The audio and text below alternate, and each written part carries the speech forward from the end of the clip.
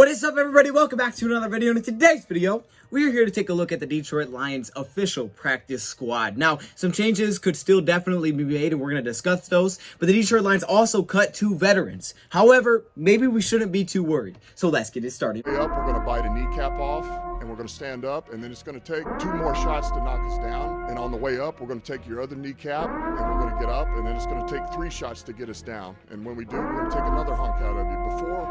Before long, we're going to be the last one standing. Welcome, everybody, to a video. Glad you guys are here. And yes, we're just going to update some of these moves that the Lions have made. I try to hold off a little bit, and maybe I'm doing this a little early because the Lions still have to put players on IR, things like that. So a couple things are going to change, but I just can't help myself. I want to share it with you guys because it's some interesting information. Let's run through this practice squad and what it looks like for the Detroit Lions. Now, those 2 players that you see in yellow, if those 2 guys do come to the Detroit Lions, because they have not been officially confirmed by the Lions when they announced their roster moves, they didn't have these 2 players involved. If they do come to this Lions practice squad, they're going to have to release someone off of it because that would put them at 17 players, and you only can have 16 plus 6 veterans can be in that mix. It's kind of confusing. However, this practice squad worked out well because all of these guys that were officially announced were here before, and some of these guys that the Lions got back, I don't know how they did it. I'm just happy that they did. So let's dive into it. At the top, you can see Bruce Hector. You can see Miles Brown. These defensive linemen played well throughout the preseason, game in and game out. Miles Brown, Bruce Hector, they both played well.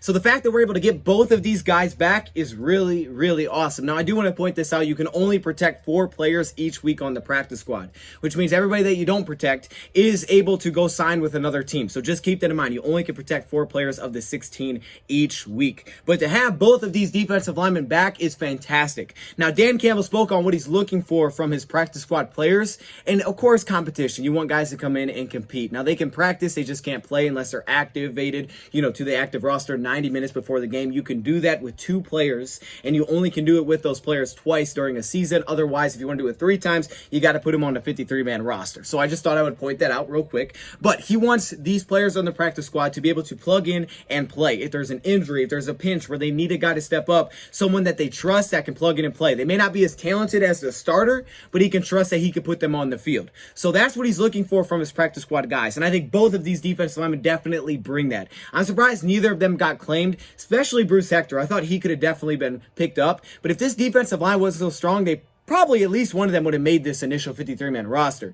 But it's because it was so deep, it was so talented, we had a lot of guys playing well, and these guys fit the scheme well. Now that we're able to get them back is just fantastic. Especially when you talk about a guy like Deshaun Hand who could be placed on IR. The Lions could definitely, take a peek at these guys for being active for a week. We'll wait and see. Then you move down, you have Sage Surratt. Sage Surratt really didn't show out in the preseason, didn't get tons of opportunities either, but he did play pretty well through training camp. I took note of him multiple times. I brought Sage Surratt up because I didn't think he had that much ability to get separation in short and intermediate routes, but he did because he's not the fastest guy. He's a bigger receiver. He's not similar to a lot of receivers that we have, but he's young. He's a rookie. He's got size. He can win contested battles. He just didn't really show up through the preseason, which probably helped us a little bit in terms of being able to get him back to the squad so no one picked him up. So Sage Surratt is back. Devontae Beckett, no surprise here. The fact is, it's just a good thing that he is back. All right, Dan Campbell spoke on it. He kind of just wanted to put Devontae back on the practice squad. Like, we knew if they had a chance to do it, it was going to happen, that he really wasn't going to make this 53-man roster. They put Anthony Pittman, and they went 5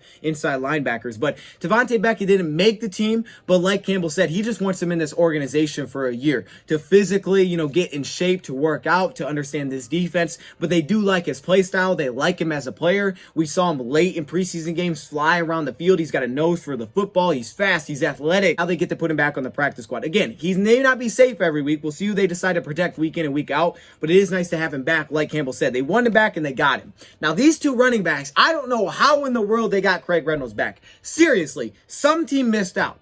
You missed out on him, and I'm glad that they did. I'm really glad that they missed out on Craig Reynolds. I didn't think any way that he would get through these claims. I thought for sure someone would pick him up, but they didn't, and I'm very happy about that. Okay, now during the season, we'll see what happens, but to have both Craig Reynolds and Godwin still on this team right now is awesome. I'm loving it, and they still got Dedrick Mills back, the rookie out of Nebraska, who they seem to like. They seem to like Mills. I thought it was a toss-up between Craig Reynolds and Godwin for that final roster spot. They were able to get both running backs back in the mix. That is fantastic. I don't know how we did it, but we did it. I love it. Continuing down, Javon McKinley is back on this practice squad as well. And, you know, he flashed a couple of times through the preseason. He had a couple of big grabs. He had the touchdown grab. He's got some size, got a little bit of speed as well. He's just young, young player out of Notre Dame. So he's an undrafted free agent back on this roster. You can see that all these players were here before. Brock Wright and Alize Mack. Now, this is where things get interesting. Well, Zylstra and Montez. Steven Montez and Zylstra. Which one the Lions rather go with? Well, I think if the Detroit Lions do bring in one of these two guys to make it to 16 and they don't want to release anyone off the practice squad, I would probably say Montez is more likely to make it because you have the Boyle injury. You have two quarterbacks then at that point. If you need someone to plug and play, maybe they go with Montez, but at least it adds competition for Blau as we continue forward for at least the meantime. Zylstra, on the other hand, tight end / receiver, got a lot of talent there, only had one reception throughout the preseason, but the Lions have Mack and Brock Wright back, and if they bring Fells back, which we're going to talk about in a second, then the Lions maybe don't really need it. All right, so the word that we're getting now is that the Lions will be adding Montez to this room. Didn't hear anything about Zylstra since, so I'm thinking they are going to go with Montez, and that would be their 16th practice squad player for now, so keep that in mind. Going into the initial 53 with two tight ends, he was like, okay, you probably want to have another one. You don't need to right now, but you probably would like to have one, and it worked out. Both these guys got through claims. The Lions were able to bring both of these players back. Alize Mack, who Dan Campbell views as kind of like a rookie, and also Brock Wright, who I thought played pretty solid towards the tail end of the preseason. They're able to bring them back in, and if they wanted to promote either of these guys during a week to give themselves that extra tight end for 3 heading into a week, then now they can do that. Both back. I'm not super surprised they were able to do it. I just like that they were able to bring them both back. Tommy Kramer is back on the practice squad as a guard. This one, I could have seen him getting claimed as well. I could have saw the Lions being a little bit worried about Kramer because he's so young and because he, started to pick it up a little bit towards the end of preseason. And Dan Campbell, he really likes Kramer and is fit on this team. The Detroit Lions went with only 8 offensive linemen on their initial 53. A lot of teams go with 9, some teams go with 10. We went with 8. So having a guy like Tommy Kramer back is nice. Logan Stenberg was really good throughout the preseason, though, so we're all right there. But now you get another one because Stenberg was a little banged up. We don't know how serious it was, but having Kramer back is cool. And Darren Paulo. The Lions didn't go out and land a different offensive tackle, at least so far. Right now, it's Darren Paulo back to the roster. Right now, they would have another offensive tackle with Matt Nelson. They don't have to bring him up. I guess, in the words of Dan Campbell, we want guys that can plug in and play. They don't have to make this guy active unless maybe Nelson was dealing with something. Then they can push him back up to the roster. But they'll continue to get him more of a look at him throughout practice now that he's back. Rashad Barry. They did bring Rashad Barry back. Okay, I was not sure if they would do something like this. They brought Rashad Barry back. They saw him really towards the tail end of preseason, and the outside linebacker position was another one of those spots that was really strong for the Lions where it was tough to find a position. Some people didn't even think we were going to go with 5. I was like, you got to keep 5. You got to keep 5, man. But Rashad Barry was another guy. He flashed a few times. He just played towards the tail end. There really was no chance that he was taking a guy's job,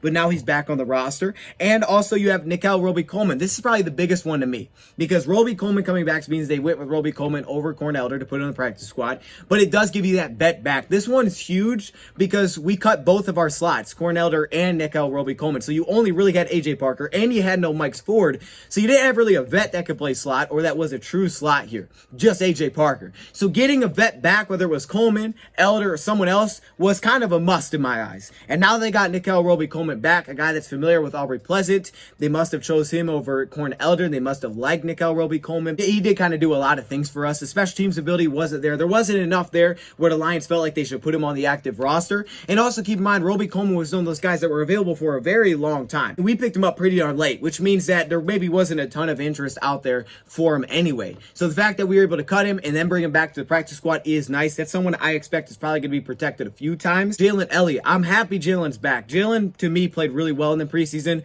He had a case to be the final safety on this roster of the 4 on the initial 53. They didn't keep him there. However, again, he gets through the claims and he's brought back. And finally, they keep the kicker. Zane Gonzalez is back. So this is just competition. You get Austin Seibert off waivers, you claim him, you bring him in, and you need someone to compete. We kind of talked about when they first signed him that, okay, they're probably going to still bring in someone to at least compete, and they have done that with Zane Gonzalez, at least right now. I just want to share this with anybody that missed it. I know people have been asking, hey, can Jack Fox kick field goals?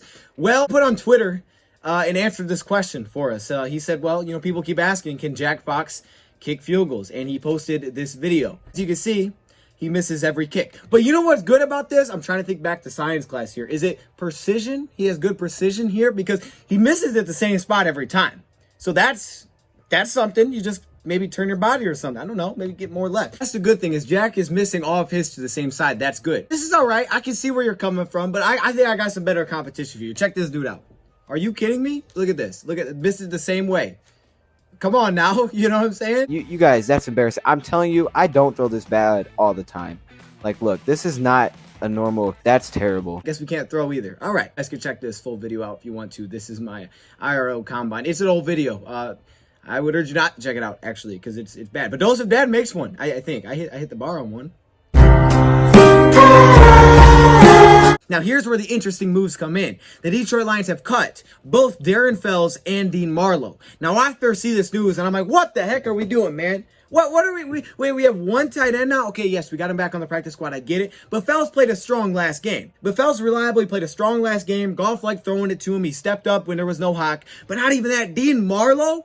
I really like Dean. He was the number 3 safety to me. He played well. He could blitz. He could come down the box. He could play deep safety. I was very hyped for Dean. So when I see this, I'm like, what are we doing? Going through the initial cuts to get down to this 53-man roster, the Lions had 5 receivers. Tom Kennedy was the 5th in. But now you have 7. You had to clear space because you can't have 55 players. Deadlines are just weird, and that's why it works out like this. The Detroit Lions were awarded 2 players off of claims, which have to be put in before 4 p.m. Eastern time. And now that they're awarded those, they're looking at it saying, dang, we have 55 players. We got to cut 2. So you don't know if you're going to get awarded because they get picked up. So you kind of wait. And now you got 2 guys extra. So they have to release these 2 to get down back to 53. But you can't place players on IR until after 4 p.m. Eastern time. So the Lions are going to be above. That way they have to cut. And then they can put them on IR. That way they can bring them back. The Lions have to stagger it like this. So it looks goofy, but it does make sense. So the Lions cut 2 vets, Fells and Marlowe. These guys, you won't have to worry about hitting waivers. They won't have to worry about that by cutting 2 veterans here.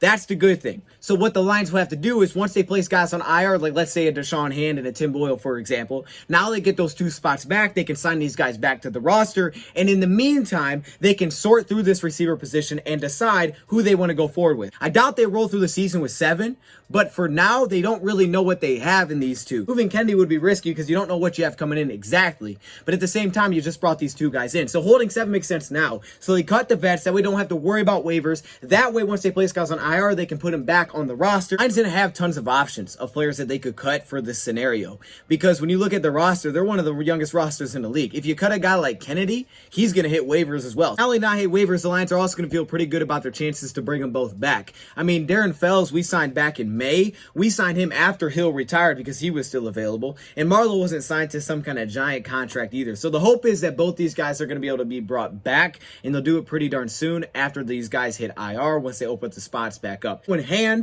or Boyle or whoever goes on IR gets healthy and they want to bring him back to the active roster, they should be able to get those spots open as they figure out this receiver position through the early parts of the season. Because you only got to keep guys out for 3 weeks once they're placed on IR. And by 4 p.m. Eastern today, which is already passed, the Lions can now place guys on IR and have them return this season. Maybe other positions as well. Open the spots back up. When guys get healthy, they put them back on the roster, and it will work itself out. They are risking a little bit of losing Marlowe and Fells, which is risky, but it's not as risky as it would be if you had a young guy hitting the waiver wire. These guys won't hit that, so you have a chance to bring them right back. And I guess they did this in the past with Logan Thomas, so it's nothing new here. So keep an eye on that. The practice squad is just interesting. You know, 16 players, 6 players can be vets. You can bring up 2 players each week, 90 minutes before the game to the active roster. So that's why Dan Campbell speaks of plug and play. It could be different guys every week. You can protect 4 players each week. Other guys can sign with other teams, and you can only bring up the same player twice unless you're going to sign them to the 53-man roster. You can't keep doing it from the practice squad. So those are just a couple of notes. That's why the Lions do what they did, cutting those 2 guys. Hopefully we're able to get them both back. Clearly they liked enough to keep them on the 53-man roster. They didn't like him, they wouldn't have put him on the 53. Now they're able to do this and cut them and try to bring them back. I like both. I hope both get back on the roster. Specifically Marlowe, but even Fells too. So we'll keep an eye out for that. I guess I cut off the ending here. Thank you, Brian, for watching. I'm sorry, there was too much energy there. I don't know why there was so much energy with that one. We will be live tomorrow night. I'm going to update you guys on all the fantasy leagues, what's going on there. Go in the community if you have not joined. If you're a member, you want to get in, comment, let me know if you have not got into the first league. I'll open a second one. We'll probably do that today or tomorrow. I'll update everybody tomorrow about what the situation is. And for anyone that's not a member, don't feel left out because everyone's going to be open. We're going to be doing weekly fantasy where you pick your players, you play for that week. That way everybody can get involved. So it should be a fun season. So stay tuned for that. Thank you for watching, and I'm out.